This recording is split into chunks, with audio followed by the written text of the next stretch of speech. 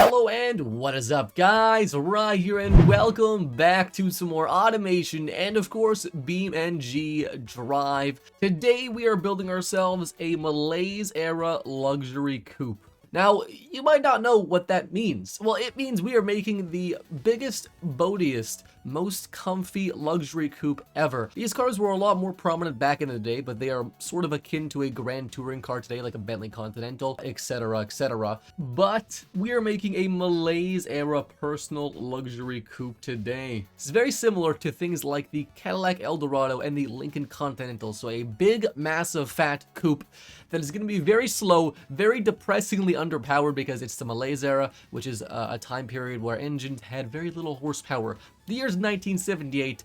The fuel crisis is around this time period, so you know it fuel is expensive, and big, massive V8 engine cars aren't selling very well. But you know there's no but actually, they're terrible. Anyways, so steel panel material. Okay, nothing says America more than being very heavy, and like lots of Americans, they like to show off as well. This car is going to be all show and no go. Double wishbones up front, and I kind of don't want solid axles in the rear because you know what, maybe we'll do solid axles for now. We might change it to something a little better, but solid axles for now. I want to make sure the car can sit at a proper ride height. It's going to be a big old 90-degree V8 cast iron pushrod, obviously. So we're going to go for an 8-liter V8 front-wheel drive because we totally can. Let's give it a balanced shaft. Let's give it like depressing insides of the engine. It's going to be like the lowest of the low carburetor. And it's going to be just absolutely depressing in pretty much every single way. So 123 horsepower out of an 8-liter V8. Yeah, no, that's America for you. That's America. If we go turbo, we can get a little more torque out of this thing. Twin-turbo V8. Like, maybe we'll go for like a turbo V8 front-wheel drive kind of luxury thing, I guess is what this is. Okay, so I think it's pretty much done. It does make absolute insane amounts of torque, 460 pound-feet at 1000 RPM, which is kind of the goal. But it makes a depressing 157 horsepower. That's the highest. It doesn't make any more horsepower. From an 8-liter V8, that's pretty dang sad, because like engines nowadays, you can get like a 4-liter engine with, or like a 2-liter engine with like way more, even like a, yeah, 2-liter engine can do way more, even like a 1-liter engine can do more horsepower. Alright, personally, I really don't like how these cars look from the side. Look at that massive trunk. I mean, it fits the era. Like, if you go look at like the Dorado or the Continental, those things have absolutely massive rear arms. They've got cake in the back, to be honest. And we're gonna do the same thing. Automatic, 3-speed automatic slush box. Top speed is 200, which is actually kind of like not bad. We limited it to like 175. Open differential because we want those wheels to spin. We'll give it radial tires, but like maybe medium compound, and 195s front and back. Maybe like fancy 16-inch wheels. All right, let's leave it steel wheels. We don't need alloys. Let's give it disc brakes in the front, drums in the rear. We don't want this thing to be able to stop at all because it's American. It doesn't. Well, it can't do anything right, to be honest. Luxury interior and maybe like a luxury 8-track because nothing says luxury like an 8-track player in your car. Power steering. It's definitely gonna need power steering. We'll give it the nicest. We'll give it like good safety. We'll give it a hydropneumatic suspension as well, and we'll give it like a normal tune preset maybe for now. But 4,000 pounds, which is actually isn't terrible. It gets 3.4 miles per gallon. That's not good. That is not good. I want more than that. That seems depressing. Okay. 6.5 to 1 compression. We are knocking. We gotta go lower. We gotta go lower. So it's actually kind of weight balance is pretty good. It's got not bad roll. It does not like to turn. It's very slow. It's hard to believe that a car like this would have been like the American dream back then in like the 70s, because this car is just pure depression rolled into like a tin can of death. But it does get a whopping 4 mpg almost now, which is a step up from like the 3.3 we had earlier. That's good. Like, if we go for a 4-valve dual red cam engine, which like is pretty gosh darn insane for the time, we gain a pretty healthy 100 pounds of weight, and I kind of want that. So we're gonna do that. 4-valve per cylinder, 8-liter V8 dual overhead cam engine, making a whopping 140 horsepower and 420 pound-feet of torque. Nice. And somehow it gets worse everything. It's just not better in any way at all. So now the car costs about $80,000, which I would rather literally burn $80,000 than drive this car. But the car gets now almost 4 mpg exactly, and it's a step up. It only costs twice as much as it did before for that bonus. It's heavy. It's a heavy car. The basics of the car is done. It's disgusting. It's very heavy. It's very slow. It's got a terrible transmission, but it does have very, very fancy No, it's got nothing, actually. I've got nothing. It's not good. I'm going to design the car in a time lapse, then we'll hop into BeamNG.Drive, and we'll see how this car drives. So sit back, relax, guys, and of course, I hope you enjoy. Alright, so we are designing my big luxury coupe. The first thing I want to do is make the grille, and I want to make it out of a bit of 3D fixtures. I want it to have that 1970s, 1980s kind of vibe, a massive bulging front grille with these sort of hidden headlights that will hide underneath a like a fixture that comes up top of them. But we don't have that obviously in automation right now. We'll make the grille into a giant point using 3D fixtures, and what I'm doing now is sort of working on the side to make it come to sort of a point as well, similar to like the Lincoln or Cadillacs of the era, with these sort of turn signals on the side of the car sort of sticking up, protruding, changing the front bumper to have a bit more texture, adding a little more detail to the turn signals and the fog lamps up front. Now I want to add a Blackwood badge. Usually I just use one giant B emblem, but there is no good B emblems right now because there's no mods with the newest version, so I do that like that. Adding a bit of flags now to the side of the car because Blackwoods always have black flags for their flagship cars, and this is no different. Now adding a simple door handle and adding some chrome trim along the side to add a bit more detail to the car itself. Changing the wheels to something a bit more fitting of the time period, looking at adding a badge, but I disregard that. Now onto the back end. I'm going to have a similar rear as I do to the front. It's going to be similar to a Lincoln Continental because I think that thing just looks absolutely stunning. Having these very similar rear taillights as the front turn signals, but it's going to be a mix of taillights and turn signals. Adding a little bit more, so it's going to have sort of an H-shaped taillight in the back with the reverse lights and the turn signals integrated into all that at once. Adding a read license plate, adding a bit more definition to the rear bumper, adding a little bit of detailing, a little bit of protruding elements like on the front bumper, adding some bumperettes, we added an exhaust, and adding just a bit of the side detailing as well. We finally finished on the name, which I do change a little bit. So it's the Grand Continental, which is the flagship car of the era, and we change it to the signature supercharged badging. It's going to be a supercharged, in quotations, car, adding a B for Blackwood badge in the back that is sort of adds similar to the front with a square emblem instead of a circle emblem. And adding a spare tire in the back as well, because that's the kind of a design element of a few cars. I think it's the Lincoln that has that, but I can't recall 100%. And just changing the color. And in front of us is the 1978 Blackwood Grand Continental Signature Supercharged.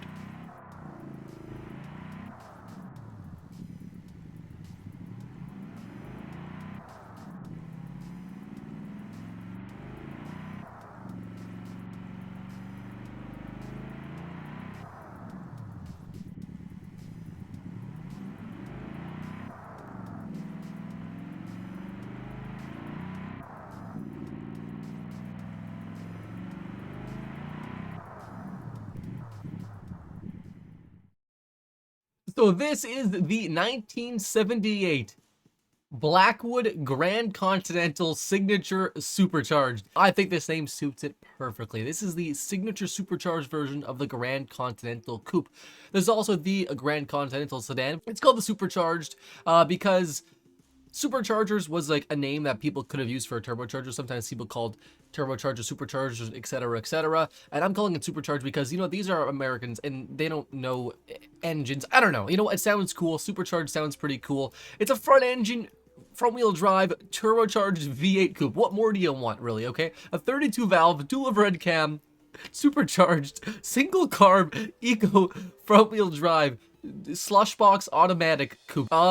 The grill is kind of sort of like interestingly made. I made it with multiple grills, sort of sticking out there as a big point. We've got our headlights that sort of fold away. We got these markers / charge signals on the side that actually work perfectly fine, which is really cool. I added some side trim to the front, the sides, etc. We have these black flags flying around next to the car. This is the Blackwood brand, okay? Blackwood's theme is usually like dark colors, black, for example, is like their signature color. But this is like a luxury car. And the only black you get really is the black flags, but you do get the black badge a little bit. I mean, I can't use my proper badge, but that's totally fine. We have a black badge on the back with our signature supercharged text. And yeah, this is a Blackwood vehicle. Blackwood is my luxury American brand. It's like Lincoln and Cadillac, except absolutely insane because this is a turbocharged front-wheel drive, dual overhead cam, 4-valve per cylinder, single carb, 3-speed automatic coupe. So what we're going to do is hop into BeamNG.Drive. I want to see if this thing is good around a track. This thing has tiny tires, only 195 millimeters wide, and it's got 400 or so pound-feet of torque. Yeah, 420 nice pound-feet of torque. So I'll see you guys in BeamNG.Drive in just a sec. So we're here at the West Coast, USA. This is the long track circuit, which is going to make sense because this car needs a long stretch to get up to its top speed. The headlights, they've completely disappeared. Do they work? They still function, but they've completely disappeared. I just noticed that. That's pretty weird. You know, just imagine that like the headlights are closed because they are pop-ups, they're flip-ups or whatever. The back end, taillights, they think they're going to work fine if we just like start this race. Do they work? Oh, do they work? Okay, they work. That's off. That's on. That's braking. It's not braking. Car is shaking very weirdly, but that's normal. That's fine. Okay, so this is West Coast USA. We're gonna do like a lap or two around this track, see what it does here. And then I want to go for some other tracks that maybe make a little bit less sense. So let's launch this thing here. First gear. We're gonna hold in first. Yeah, wheel spin. That's exactly what I suspected. It's actually not terrible though. We're gonna floor it here. Still in second gear. It actually feels kind of brisk. We are downhill though, but like that felt like not bad. Oh yeah, there's understeer in the front. Oh yeah. The brake. Okay, the brakes. Yeah, I think we have ABS, but I don't think it's well. It doesn't work that well. The brake's sort of a little bit too much force. Like it's got decent pickup. It's got low end torque, which helps spin the tires, which is pretty fun. We're gonna do a handbrake turn here again. That was not good. Okay, we're good. We're good. Stay on the track. Stay on the track. We're fine. Like we're flooring, yeah, its top end is like 180 kilometers an hour. That's like what, like 110, 120 miles an hour. It doesn't get there very, very fast at all. The brakes, they still work great. This is a depressingly long straight. This car is not meant for straightaways. And we're getting like probably like 1 mpg in a straight line here, which is oh so American. It's going pretty quick. We're gonna brake here. Yeah, brakes, we're not doing so well there. Like, it's overall, like, a fairly competent, full-size luxury sedan. Even though this is, like, beyond full-size. This is, like, a grand luxury sedan. It's so big that it would take up a city block, I swear. We're gonna do a handbrake turn here. In a straight line here. Like, a 240, that seems reasonable. I think, like, 2 minutes is, like, my best time, I want to say. Yeah, I've got a 218. 218. That's, like, with a electric hypercar.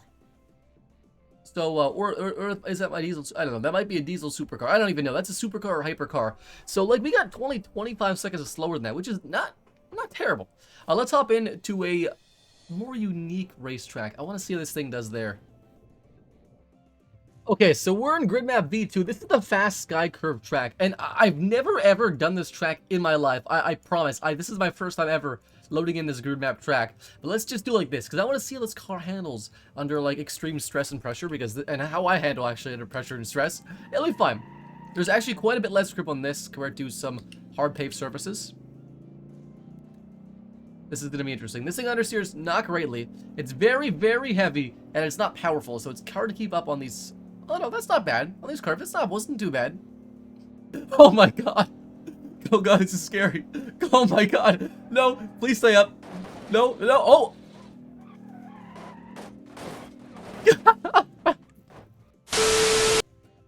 Alright, attempt number 2. I'm gonna go first person for a second. Let's just try. Oh wow, that's a weird first person. The hood is so long. Cut the corner there because we can. The grill is very imposing. It's very big and very mean. We're gonna try not to handbrake as much here. The engine, I turned down the volume just a little bit here, but the engine, oh, this is turn. The engine is so loud. Like, it's got this really deep loudness to it, you know? It's not like high-pitched or revvy. You can really hear that V8 like, grumble in the background. That turbo is whistling just a little bit, though.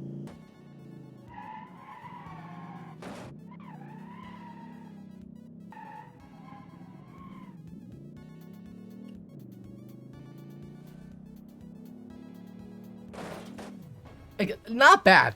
Like, under 1 minute is really good for this course, but like just over 1 minute is actually really, really reasonably impressive. Lastly, I think we'll hop into the jump arena and we'll see how this thing jumps.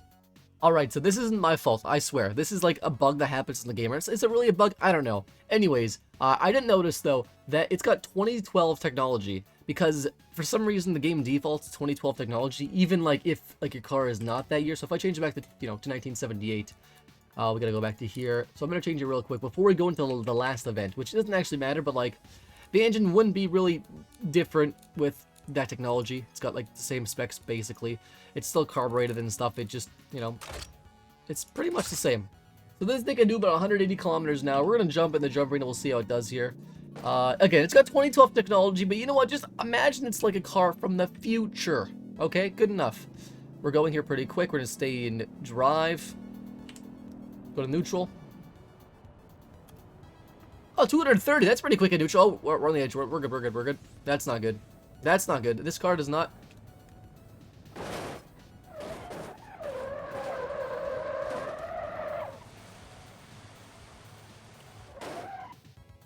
And I stuck the landing. Yeah, that was actually kind of a jump. I actually totally forget how far I jumped. So you guys tell me in the comments how far I jumped.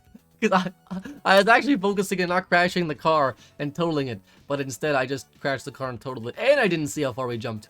But we'll finish off here.